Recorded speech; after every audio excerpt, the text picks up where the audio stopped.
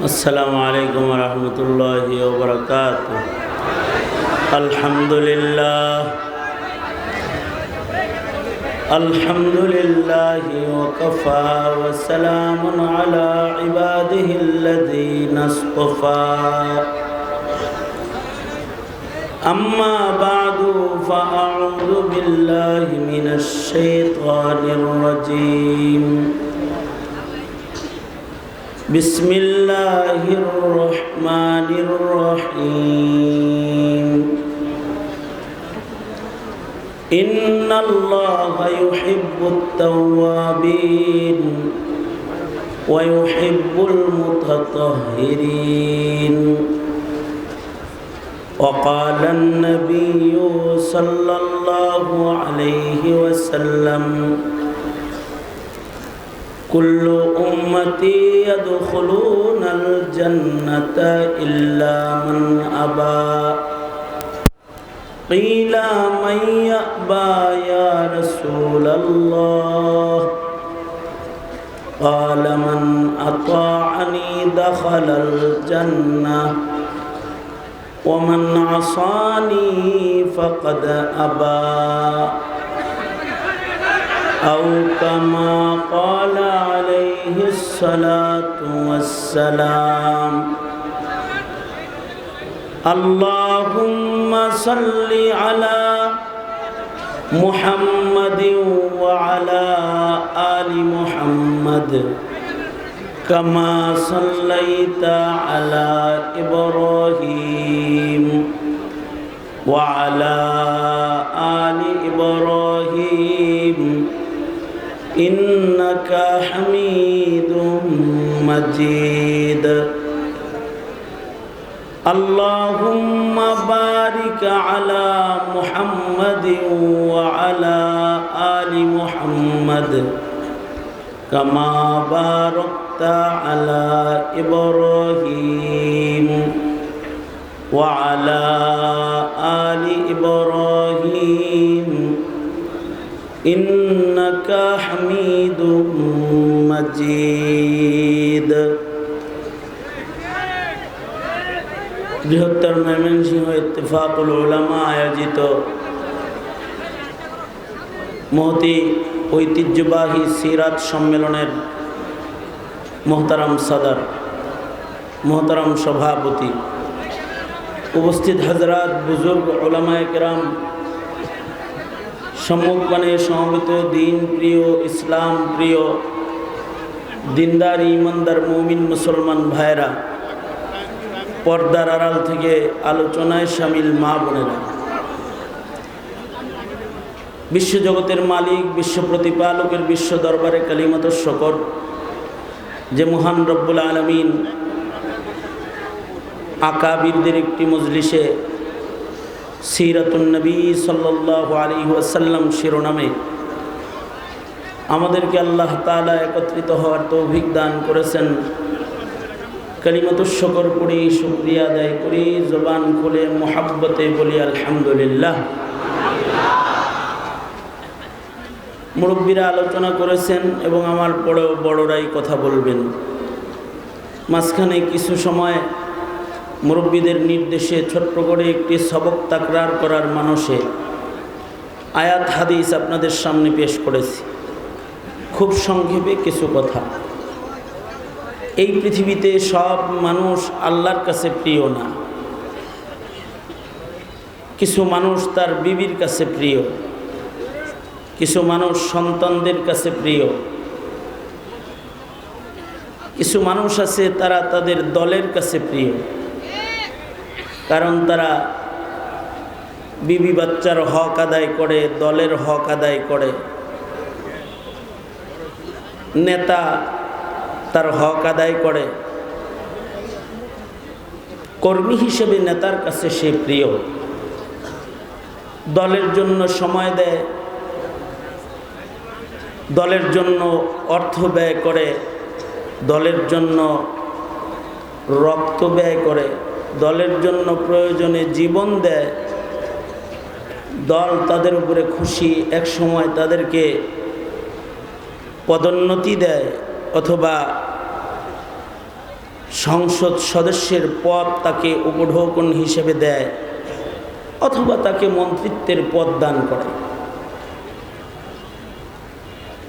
কিছু মানুষের উপরে সরকার খুশি থাকে, সরকারের কর্মচারী হিসাবে সে সরকারের পা চাটা গোলাম হয়, সরকারকে খুশি করে যায়, প্রয়োজনে জুলুম করে, অত্যাচার করে, খুন করে, গুম করে, মানুষ হত্যা করে, নির্দোষকে পাহারা দিয়ে জেলখানায় ঢুকায় আর দোষীকে পাহারা দিয়ে বিদেশ তাড়ায় দেয়, বিদেশ পালাবার রাস্তা খুলে দেয়,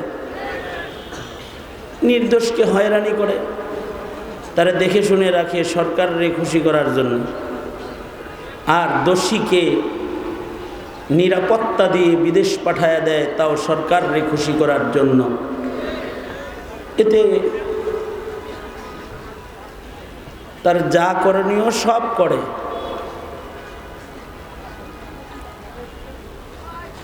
16 বছর দলের কর্মীরা হেলমেট বাহিনী নামে তারাই পুলিশ আর্মি সেজে অবৈধ অস্ত্র চালায় মানুষের রক্ত নিয়েছে, তাদের উপরে তো দল খুশি হবেই। 16 বছর সরকারের তাবেদার গোলাম হিসেবে, কৃতদাস হিসেবে যারা আলেম ওলামার উপরে অত্যাচার করেছে, সরকারের চাহিদা পূরণ করে ইতিহাসের স্মরণীয় নিকৃষ্ট গ্রেফতার কর্ম, যেটা ইতিহাসের পাতায় পাওয়া যায় না, এত আলেম একসাথে গ্রেফতার, তাও বাহিনী করেছে। মামলা, যে মামলায় গ্রেফতার করে রিমান্ড করে জেল দিয়েছে, মামলাগুলোর বিবরণ শুনলে মানুষ তো হাসবে হাসবে, শয়তানও হাসবে। কারণ আমার নামে মামলা হলো আমি বাইতুল মোকাররমের উত্তর গেটে ককটেল মেরে পালিয়ে গিয়েছি। আমি লক্ষ জনতার মঞ্চে সাক্ষী রেখে বলছি, আল্লাহর কসম, জীবনে আমি ককটেল চোখে দেখি নাই। পত্রপত্রিকায় ছবি দেখেছি কিন্তু ককটেল দেখি নাই। আর মামুনুল হককে গ্রেফতার করেছে মোবাইল চুরি আর মানিব্যাগ চুরি মামলায়। গ্রেফতার করে তারা রিমান্ড করার সময় আবার বলে যে হুজুর কিছু মনে করেন না, আমাদের তো সরকারকে খুশি রাখা লাগে। তাদের উপরে সরকার খুশি হয়ে তাদেরকে পদোন্নতি দিয়েছে। কাউকে পুলিশ প্রধান, কাউকে ডিবি প্রধান, কাউকে র্যাব প্রধান পদ তারা পেয়েছে সরকারের গোলামি করে। কিছু মানুষের উপরে ভারত খুশি, দাদা খুশি, যেমন শেখ হাসিনা, তার উপরে সবাই নারাজ থাকলেও মোদি নারাজ না, খুশি। কেউ জায়গা না দিলেও মোদির ঘরে জায়গা আছে, কারণ মোদি খুশি। কোনো দেশে তার বসবাসের জায়গা না হলেও ভারতে বসবাসের জায়গা আছে, কারণ তার উপরে ভারত খুশি। অবশ্য গোটা দেশ নারাজ, গোটা দেশ নারাজ বিধায়ী মাটি দিয়ে হেঁটে যাওয়ার সুযোগ পায় নাই, উড়াল দিয়ে চলে পালিয়ে গেছে। কারণ কোনো মানুষের নজরে পড়লে, কিছু সাথে না থাকলে থুথু মারার সম্ভাবনা আছে।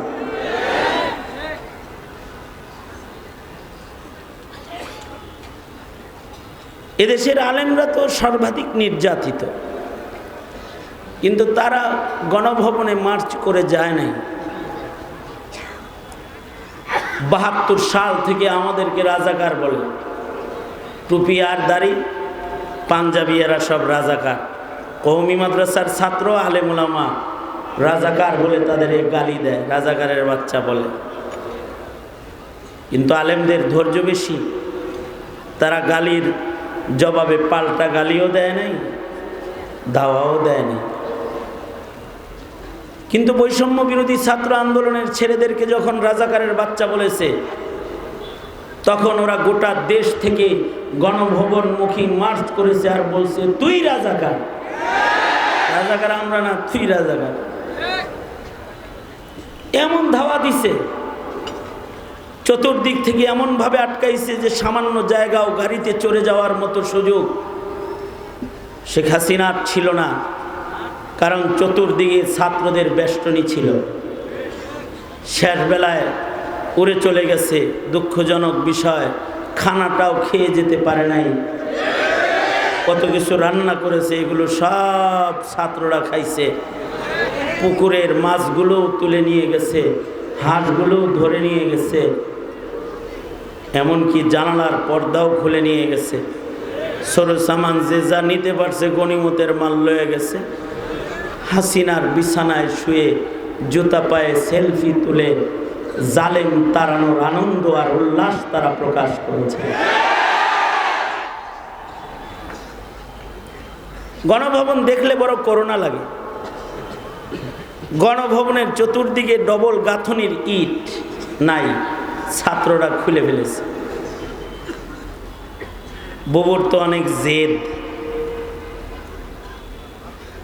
বুবু অনেক জেদি, প্রতিশোধী। জেদ করে যদি ওই দিন একটু সাহস করে বসে থাকতো, তাইলে যে কি দেখা যেত আল্লাহ জানে ভালো। তবে আমার মনে হয় বুবু যদি বসে থাকতো ওখানে, তাহলে ডবল গাঁথনির ইট যেমন গণভবনের চতুর্দিকে নাই, খুলে ফেলেছে, ছাত্ররা হাসিনাকে বেললে গায়ের চামড়া খুলে ফেলতে, চামড়া খুলে। কিন্তু উনি বুদ্ধি করে চলে গেছে, যেখানে থাকা যায় সেখানে চলে গেছে। তিনি যাকে খুশি করতে পেরেছে তার কাছে চলে গেছে। মুমিনের যাওয়ার জায়গা তো ভারত না, মুদির ঘর না। মুমিনের যাওয়ার জায়গা আল্লাহর ঘর, জান্নাতুল ফিরদাউস। তবে কিছু মুমিন আল্লাহর কাছে যাওয়ার জন্য তারা আল্লাহকে খুশি করে। কিছু মুমিনের উপরে আল্লাহ তাআলা খুশি। যাদের উপরে আল্লাহ খুশি এরাই সফল। পৃথিবীর সকলকে খুশি করেও যদি আল্লাহ নারাজ হয়ে যায় তাহলে জিন্দেগি বিফল। আর আল্লাহ যদি খুশি হয়ে যায় তাহলে বান্দা সফল। আল্লাহ তাআলা খুশি কাদের উপরে হয়? আল্লাহ তাআলা ইমানদারদের উপরে খুশি। যারা ইমানদার তাদের উপরে আল্লাহ তাআলা খুশি, আল্লাহ তাদের ভালোবাসেন। ওয়াল্লাহু ওয়ালিয়ুল্লাযীনা আমানু। জমিনের সব মানুষের উপরে আল্লাহ খুশি নন। যার অনেক টাকা তার উপরে আল্লাহ খুশি নন। যার অনেক সুন্দর চেহারা তার উপরে আল্লাহ খুশি নন। আল্লাহ তাআলা খুশি যার ঈমান আছে তার উপরে। ফকির হইল ঈমানদার তার উপরে আল্লাহ খুশি। দেখতে অসুন্দর হলেও লোকটা ঈমানদার। ঈমানদারের অভিভাবককে জোরে আওয়াজ করে বলে ঈমানদারের উপরে আল্লাহ তাআলা খুশি। একজন ঈমানদার যতক্ষণ জমিনে থাকবে ততক্ষণ লা তাকুমুস সাআহ, কিয়ামত হবে না। আর সর্বকনিষ্ঠ ঈমানদারকেও আল্লাহ তাআলা ভালোবাসেন। একেবারে এই উম্মতের সর্বকনিষ্ঠ ঈমানদারকে আল্লাহ তাআলা এমন পৃথিবীর 10 পৃথিবীর সমান জান্নাত দান করবে।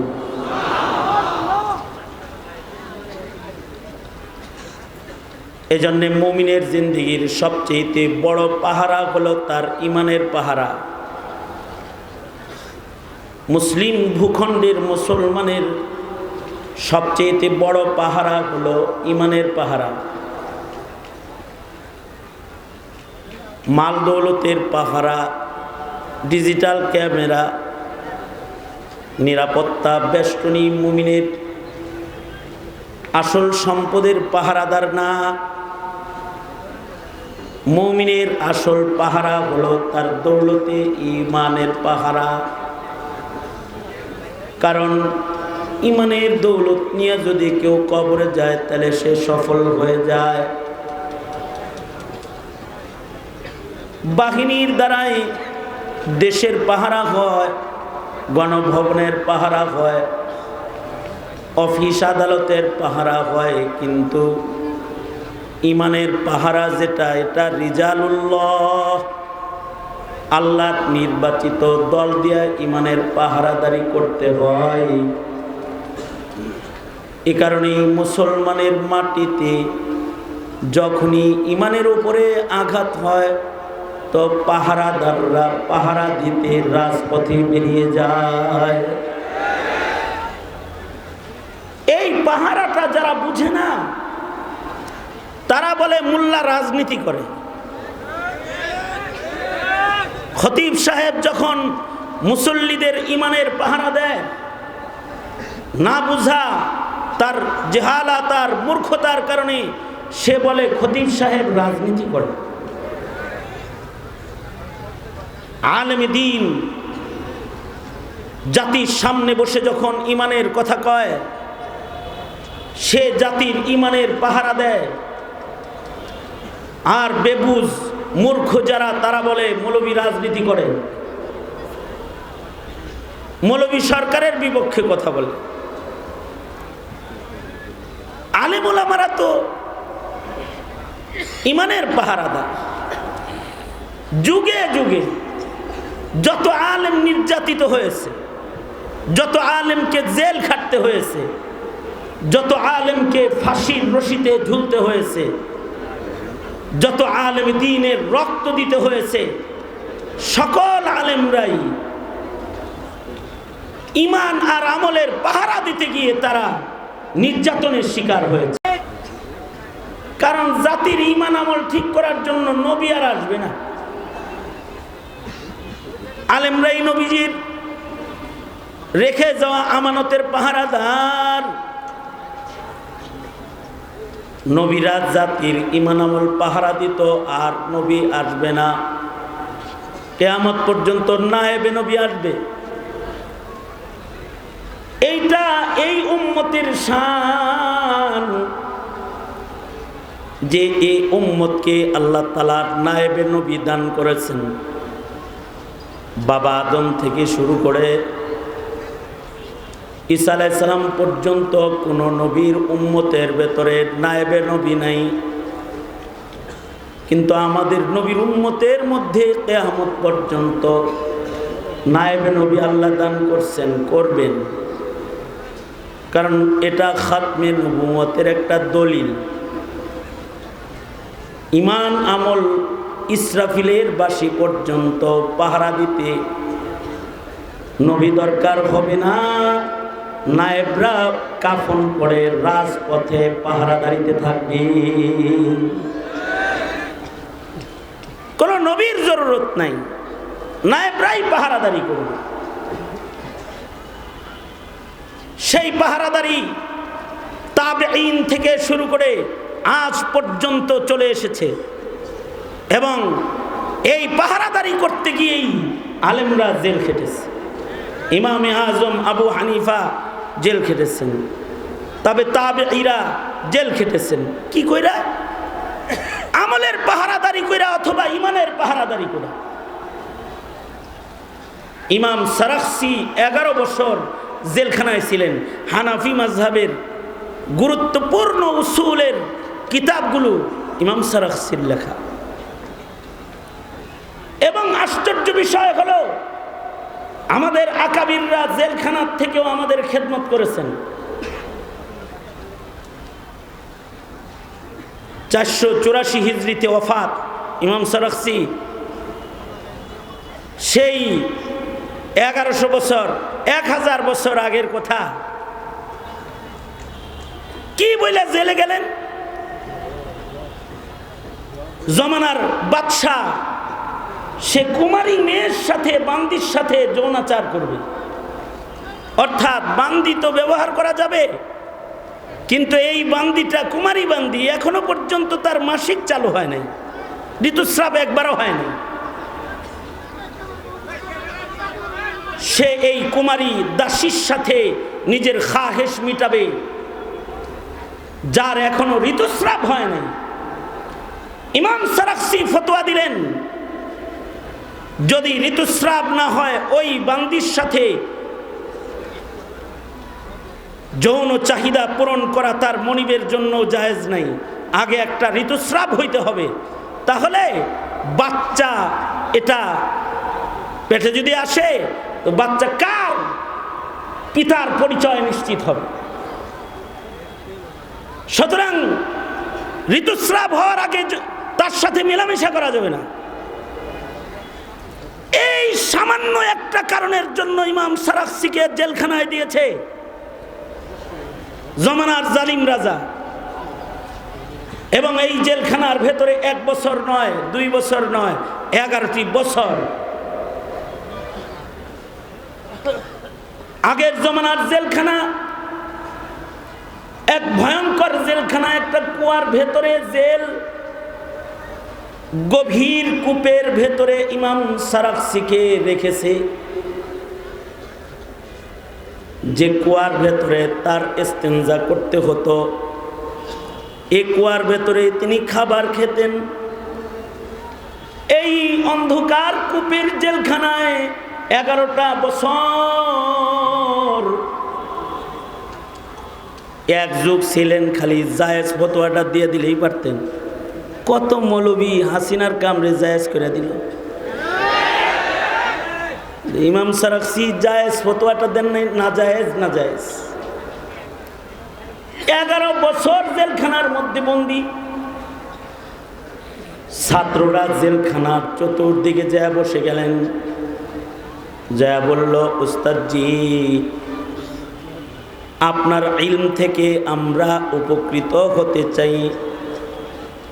হাকিমে ওয়াক্তের এজাজত নিয়ে আপনার জেলখানার কূপের চতুর্দিকে আমরা বসে গেছি কাগজ কলম লইয়া। উস্তাদ আপনি জেলখানার থেকে তাকরীর করেন। ইমাম সারাখসি উসুলে ফিকহের 2 খণ্ডের কিতাব জেলখানা থেকে তাকরীর করছে। মাবসুতের 11 খণ্ড পুরান ছাপা। জেলখানায় বসে বসে তাকরীর করেছেন, আর ছাত্ররা বসে বসে লিখেছেন। কুওয়াতে হাফিজা আর ইলমের গভীরতা এত যে 11 বছর কিতাবের সাথে, কোরআনের সাথে দেখা নাই। উলাইকা আবাই, ওনারা আমাদের বাপদাদা। জেলখানায় বসে বসে 11 বছর তাকরীর করেছেন। মাবসুত লেখা হয়েছে, নতুন খণ্ড 30 খণ্ডে ছাপা হয়েছে। এ 30 খণ্ডের কিতাবের পূর্ণাঙ্গ তাকরীর কিতাবের মুকাদ্দমায় আছে। উনি বলেন, আমি যে মাসায়েল বলতেছি, আমি এখন কুয়ার ভিতরে আছি। কূপের ভেতরে বসে বসে তাকরীর করেছেন। কিন্তু ওনারা মুখলিসিনদের সরদার। গভীর কূপে বসা তাকরীরকে আল্লাহ তাআলা জমিনের উপরে রেখে দিয়েছেন। আজও আমরা সেই কিতাব থেকে উপকৃত। জেলখানায় বসে বসে লিখতে পারছেন। কিন্তু জমানার ইনহিতাত, আমরা এসি ঘরে বসে পড়তে পারি না। উনি জেলখানায় বসে বসে শাগরেদদেরকে লেখাইছেন, আর কিতাব রচনা হয়েছে। এসি রুমে বসে পড়ার মতো ভাগ্য আমাদের নাই। ফেসবুকের ভেতরে আমরাও রাত কাটাই, সারা রাত কেটে যায়। কিন্তু ওনারা এই জেলখানার ভেতরে বসে ইলমি দ্বীনকে সাপ্লাই দিছেন। ওনাদের ওই কোরবানির কারণে আমাদের কাছে উসুলে ফিকহ এসেছে, আমাদের কাছে ইলমে নাহব এসেছে, ইলমুস সারফ এসেছে, ইলমুস সিগা জেলখানায় বসে লেখা কিতাব, যে আমাদের আকাবির জেলখানায় বসে কিতাব রচনা করেছেন। কি বইলা জেলে গেছেন যে বান্দির সাথে তুমি নিজের খাহেসাত মিটাইতে পারবে না হায় যাওয়ার আগে, বাস এতটুকুন মাসালা আমলের জায়গা। এইটার কারণে জেল। আলেমরা তো এমনই কঠোর, কারণ নবী আসবে না, তারা উম্মতের ছোট্ট একটা হারামকে হালালের পথে যাইতে দিবে না। যেখানে ছোট্ট একটা হালাল আমলকেও হারাম তরিকায় হইতে উম্মত দিবে না, সেইখানে ইহুদির দালাল যারা, তারা মুসলমানের মাটিতে নাস্তিকের চাষাবাদ করতে চায়, কাদিয়ানির চাষাবাদ করতে চায়, ইসলাম মিটায়ে বহুত্ববাদকে জমিনে প্রতিষ্ঠা করতে চায়। মৌলবী চুপ থাকবে কেমনে? তোমরা যারা বুঝো না তারা বুঝবাও না কোনোদিন, মোল্লাই বুঝে, বুঝো না তোমরা। জাতির ঈমান নিয়ে যখন টানা হেঁচড়া করে তখন তুমি চাকরির চিন্তা করো, জাতিকে যখন কাদিয়ানি বানায় তখন পুলিশের পোশাক পরে মুসলমানের দেশের নাগরিক হয়ে তুমি কাদিয়ানির পক্ষে কাজ করো। 22 দিন রিমান্ড ছিল আমার, 22 দিনের রিমান্ডের ভেতরে এক পুলিশের আজব প্রশ্ন, হুজুর কাদিয়ানিরা কি আসলেই কাফের?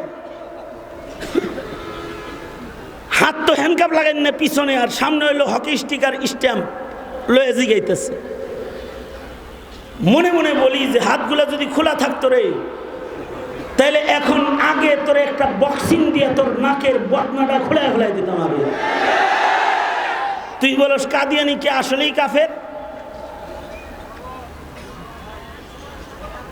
আমি বললাম হ্যাঁ কাফের। কেন কাফের? এই কারণে কাফের। তারপরে বলে এই জিনিসটা আর একটু সলিউশন করে চলা যায় না তাদের লগে, কাদিয়ানির লগে সলিউশন করে চলবো।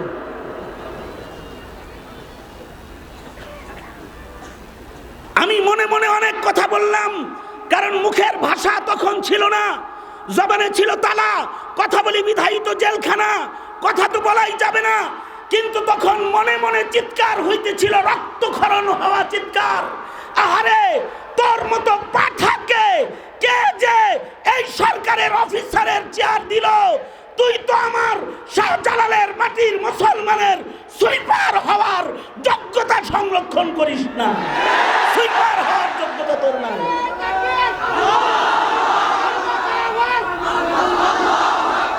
যখন এই মাটির পুলিশ অফিসার কাদিয়ানি কাফের এটা জানে না, যখন এই মাটির ওসি ডিসি নাস্তিকের বিচার হওয়া উচিত জানে না, তখন তো নির্যাতন হবেই,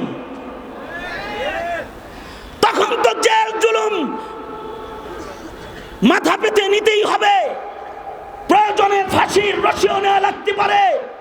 তবে হে নায়েবে নবীর কাফেলা, তোমাদেরকে বলছি, একটা হালাল কাজকে সুন্নত তরিকার বাইরে না করতে দিয়ে যদি 11 বছর সারাক্সি জেলে থাকতে পারে, ইমাম ইবনে তাইমিয়ার জানাজা যদি জেলখানা থেকে বের হতে পারে, সকাল বেলায় জানাজা বের হয়েছে, সন্ধ্যা বেলায় দাফন হয়েছে, লক্ষ লক্ষ নারী পুরুষ যদি ইবনে তাইমিয়ার দেহের উপরে, মৃত দেহের উপরে কাপড় ছোঁয়া, সে কাপড় ঘরে রাখাকে নিয়ামত মনে করতে পারে, তাহলে মনে রাখবে যারা ইমানদার তাদের জিন্দেগি এমনই, প্রয়োজনে জেল হবে, প্রয়োজনে ফাঁসি হবে, বাতিলকে বাংলার মাটিতে প্রতিষ্ঠা করতে দেয়া যাবে না।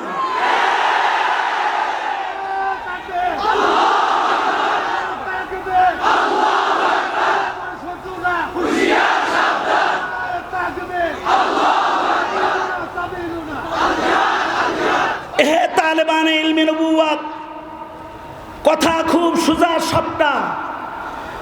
এখনই সময় কাদিয়ানীকে কাফের ঘোষণা করার। আওয়াজ করে জোরে বলো ঠিক না বেঠিক, জোরে বলো। প্রয়োজনে রক্ত দিয়ে হলেও কাদিয়ানীকে কাফের ঘোষণার ডাক যদি আমাদের আকাবিররা ডাক দেয়, রক্ত দেওয়ার জন্য কারা কারা রাজি আছো?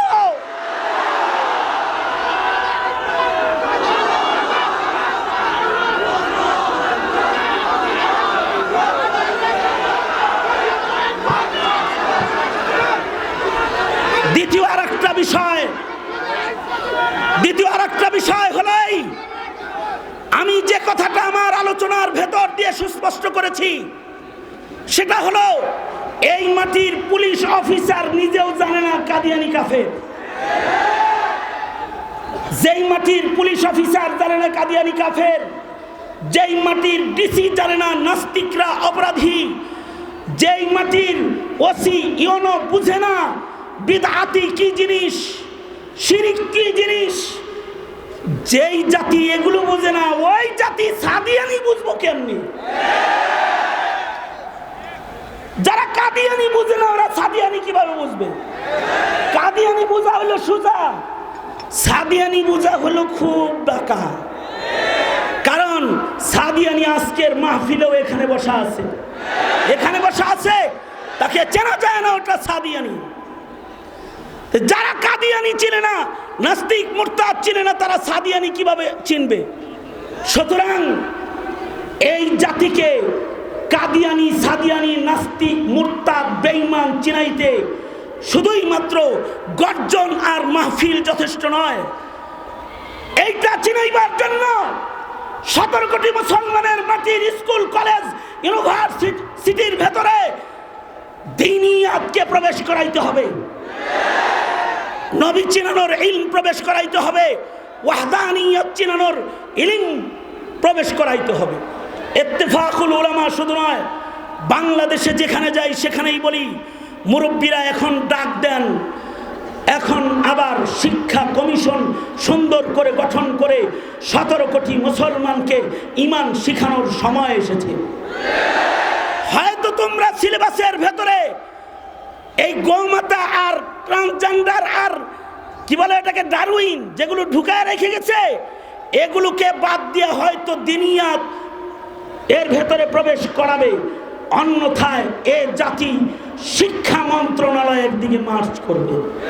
কারণ জাতিকে ঈমানের ব্যাপারে মূর্খ করে গড়ে তোলা হয়েছে। সংসদে বসে জাতির প্রতিনিধিত্ব যারা করে তারাও কাদিয়ানি সম্পর্কে জানে না, তারা নাস্তিক মুরতাদ সম্পর্কে জানে না। কারণ ঈমান কোন পথে চলে যায়, ঈমান কেমনে হিফাজত হয়, এটা প্রজন্মের মুসলমানরা এখন বুঝে না। শুধু মামুনুল হক গর্জন দিল, আর একটা তকবীর মাল্লা, জুনায়েদ আল হাবিব গর্জন দিল, আর একটা তকবীর মাল্লা, তাতে হবে না। রক্ত ছাড়া এই পৃথিবীতে কিছুই হয় নাই, রক্ত দেওয়া ছাড়া কিছু হয় নাই। হ্যাঁ, বাংলার মাটিতেও রক্ত লাগবে, সবকিছুকে ঠিক করার জন্য জীবন দিতে হবে। আর এই রক্তের উপরেই নির্ভর করে চতুর্পাশে ভারতের যে মহড়া রয়েছে, এ মহড়া ভেঙে যদি দিল্লির লাল কেল্লায় কালেমার পতাকা উড়াতে চাও, তাহলে বাংলাদেশকে খিলাফত আলা মিনহাজিন নবুওয়াত প্রতিষ্ঠার ময়দানে ঝাঁপায় পড়তে হবে। হে জাতি, তোমাদেরকে বলবো, শুধুই মাত্র মিম্বর, মেহরাব আর আলোচনার মঞ্চ নয়, যে কোনো কুরবানির জন্য তৈয়ারি হও। রাজি আছো তো? ইনশাআল্লাহ রাজি তো?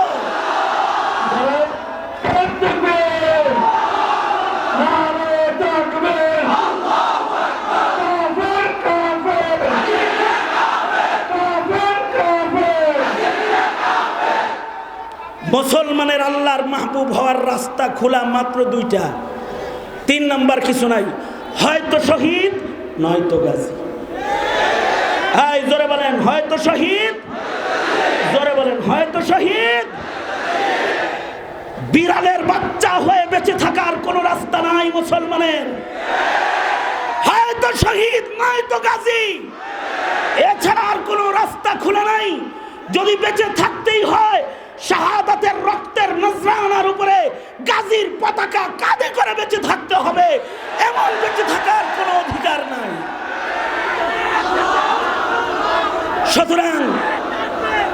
সুতরাং কাদিয়ানীকে কাফের ঘোষণা করা এবং নাস্তিক মুরতাদের মৃত্যুদণ্ডের আইন পাশ করা,